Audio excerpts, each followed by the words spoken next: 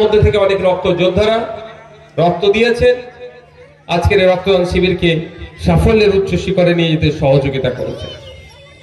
বন্ধুগণ, আমরা উপস্থিত হয়েছি একটা কঠিন সময়ের মধ্য দিয়ে আমরা চলছি।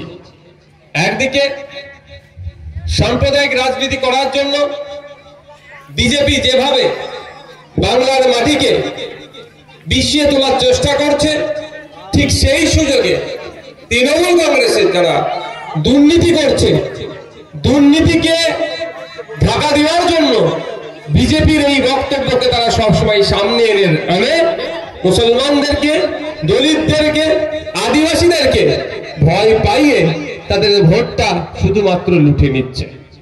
তাই সময় আমাদের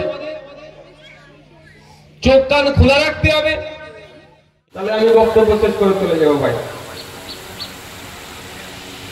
সেটা রাখছে না।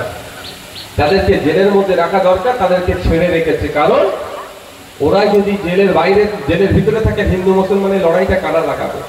আমাদের জনগণকে দায়িত্ব নিতে হবে যে হিন্দু মুসলমানের মধ্যে যারা লড়াই লাগাতে আসবে, হিন্দু মুসলমান নির্বিশেষে তাদেরকে জবাব দিতে হবে, গণতান্ত্রিক প্রক্রিয়ায় হবে। তো ভাই, আর না মনে হবে ও অমুক অমুক, ও নওশাদ সিদ্দিকী মুসলমান হয়ে কথা বলে চলে গেল, হিন্দুদের দুটো গাল দিল, ভালো কথা, আমি যদিও দিইনি, আমি উদাহরণের জন্য বলছি, চুপ করে যাবেন মুসলমান বলে, একদম নয়।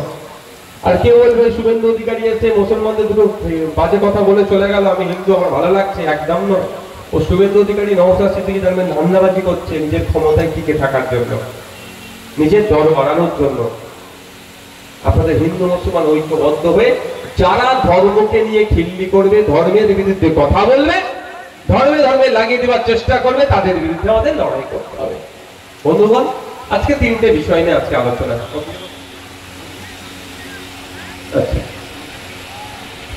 তো আমাদের আজকে তিনটে বিষয়। কাশ্মীরের পেহেলগাঁওতে যে সন্ত্রাসবাদী হামলা হয়েছে তার প্রতিবাদে।